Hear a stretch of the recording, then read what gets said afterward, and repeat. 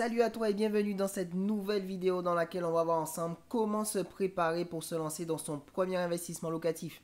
Je vais te présenter 3 astuces que j'ai utilisées. Reste avec moi jusqu'à la fin de cette vidéo.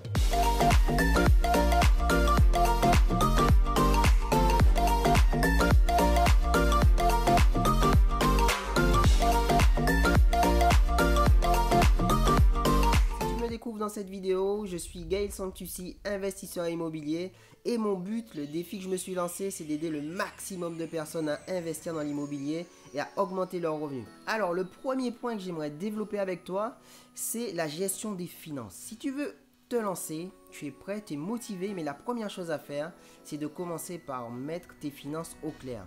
Tu peux commencer par calculer la somme de tes dépenses fixes. Voilà, donc en fait, tu peux prendre tes derniers relevés bancaires, tu calcules tes différents abonnements, combien ça te coûte tous les mois pour avoir la somme de tes dépenses fixes.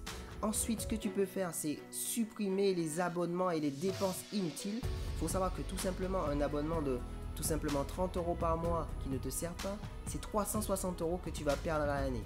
Calcule tes dépenses sur l'année entière et non pas au mois. Et ensuite, la dernière chose que tu dois faire, c'est épargner. Si tu souhaites te lancer, tu souhaites investir, la banque elle va te demander des garanties et il faut que tu puisses lui dire que tu es quelqu'un de sérieux, que tu es quelqu'un qui va pouvoir rembourser ton crédit et pour ça, il faut que tu puisses épargner.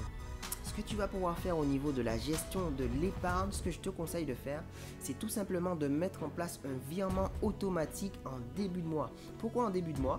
Parce qu'on a tendance à attendre la fin du mois pour pouvoir épargner. Et ça ne fonctionne pas. Si tu as déjà essayé comme moi pendant des années, j'attendais la fin du mois, me dire oui, machin, ça ne marche pas. Ce qu'il faut que tu fasses en début de mois, tu mets en place un virement automatique vers ton compte épargne. Je te conseille de mettre au minimum 10% de tes revenus de côté et en fait, ça va te permettre de constituer une trésorerie pour qu'après, lorsque tu auras trouvé un projet rentable, on va pouvoir se présenter à la banque avec un dossier solide, avec des garanties, avec de l'épargne pour avoir le oui de la banque. Ce qu'on va pouvoir faire maintenant, c'est qu'on va pouvoir aller au deuxième point qui est pour moi fondamental, mais tout simplement important, c'est qu'il va falloir que tu te formes.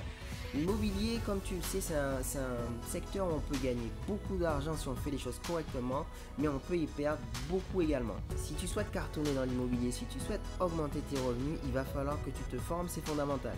Si tu veux pas te louper, il faut que tu prennes du temps. C'est ce que j'ai fait, c'est que j'ai pris un peu de temps, j'ai pris je crois un peu plus d'une année pour me former, pour lire des livres, aller à des séminaires, rencontrer des investisseurs, faire des formations en ligne, etc.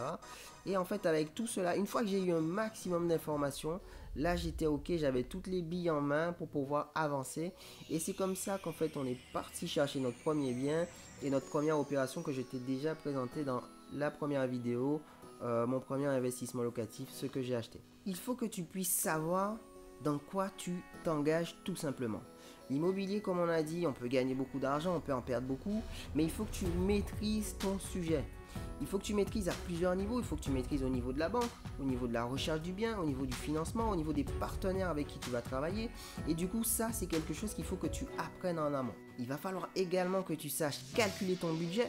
Ça va te servir à rien de te positionner sur un projet si derrière tu n'arrives pas à le financer. Si tu veux savoir le montant que tu vas pouvoir emprunter, si tu veux avoir une estimation, tu peux aller tout simplement sur le site meilleurtaux.com. Dans la partie simulateur, il y a un onglet capacité d'emprunt. Et en fait, en rentrant tes revenus, tu vas pouvoir avoir une estimation du montant que tu vas pouvoir emprunter. Attention, je te conseille tout de même de te rapprocher de la banque qui va prendre en compte l'intégralité de ta situation financière et qui va pouvoir te donner un montant beaucoup plus précis. Maintenant que tu as mis tes finances au clair, maintenant que tu t'es formé au sujet de l'immobilier, ce qu'il va falloir que tu fasses maintenant, c'est que tu passes à l'action. L'immobilier, ça se passe sur le terrain, il va falloir que tu rencontres des banquiers, des notaires, des artisans. Tout ça ne peut pas se faire à distance. Il va falloir que tu sortes de ta zone de confort, que tu passes à l'action pour aller chercher le bien qui va te permettre de gagner de l'argent tous les mois. Il y a une chose qui m'a énormément aidé moi pour passer à l'action, c'est aller à la rencontre d'autres investisseurs. D'autres personnes comme moi qui souhaitaient passer à l'action, d'autres personnes qui l'avaient déjà fait. Et franchement, ça c'est une mine d'or, ça c'est génial. Donc si tu veux le faire, n'hésite pas à aller les rencontrer, à aller échanger avec eux, avec elles, pour voir un peu comment elles ont fait et pour que tu puisses toi aussi faire de même. Ce qu'il va falloir que tu fasses, c'est que tu identifies le secteur dans lequel tu vas investir. Il va falloir aussi que tu identifies le type de bien sur lequel tu vas vouloir te positionner. Et la dernière chose que tu peux faire, si tu ne connais pas la demande locative dans un coin particulier, tu peux publier une fausse annonce sur Le Bon Coin avec la description d'un bien comme s'il existait. Et en fait, tu regardes tout simplement les demandes locatives, les demandes de personnes intéressées que tu vas recevoir. Bien évidemment, ce que tu vas pouvoir faire, c'est de dire à ces personnes que le bien n'est pas disponible, mais ça va te permettre de te rassurer quant à la demande locative. Alors on récapitule les 3 astuces que je souhaitais te donner aujourd'hui. C'est numéro 1, mets tes finances au clair. Numéro 2, forme-toi au sujet de l'immobilier. Et numéro 3, il va falloir que tu passes à l'action. Si cette vidéo t'a plu, si tu as appris quelque chose, n'hésite pas à mettre un petit pouce en bas de la vidéo et surtout à t'abonner si ce n'est pas déjà fait. C'était un plaisir d'être avec toi, de partager ces quelques conseils avec toi. À la prochaine, ciao!